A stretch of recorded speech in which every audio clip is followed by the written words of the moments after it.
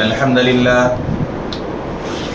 نحمده ونستعينه ونستغفره ونؤمن به ونتوكل عليه